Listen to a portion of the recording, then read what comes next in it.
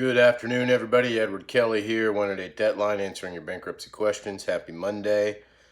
I'm going to go right back to the well. Chapter 11, Small Business Reorganization.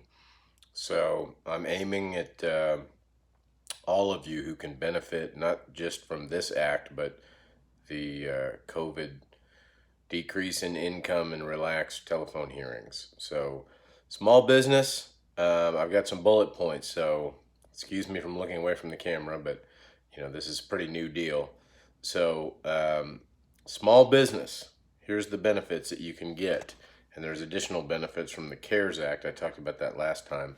You can have up to $7 million in debt, $5 million more than you normally would, and still be able to utilize the Small Business Reorganization Act.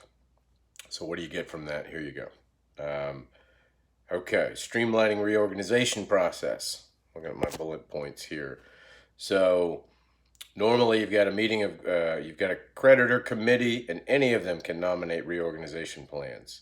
And you've got to get yours confirmed by them. Not the case. Huge difference in a Chapter 11. Only you, the business, get to even propose a plan, and you can get the trustee to go with it. You're okay. You don't necessarily need the creditor committee, of which there may not even be a creditor committee, to approve anything. So that streamlines things. Certainly your unsecured creditors aren't going to have a committee.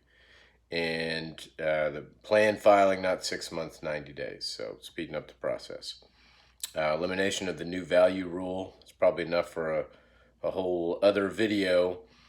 But has to do with equity holders in the small business have to put up new value to retain their equity interest. Anyway, that rule is done away with. You'll probably know what that is if it applies to you. And all of your disposable income will be applied to payments.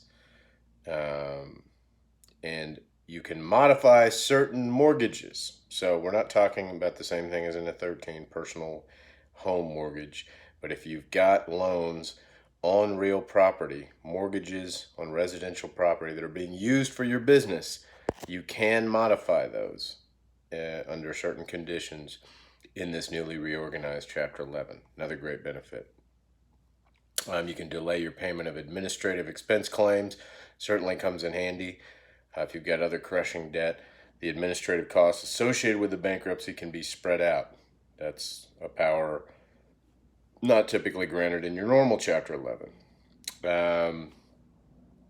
And you can get your discharge within 3 years of making all your plan payments. Again, very streamlined, speeded up process. And the discharge will basically relieve the debtor, the small business, of any obligation under the debts discharged, unless it's payable after the first 3 years of the plan. So I can give you more details for any businesses that this may apply to. But again, the big thing, streamlined, no creditor committee most of the time. Certainly no unsecured creditor committee. You come up with the plan, not the creditor, so you don't have to compete with them. Again, this, as I've mentioned in other videos, this is much closer to a personal Chapter 13 and much less expensive.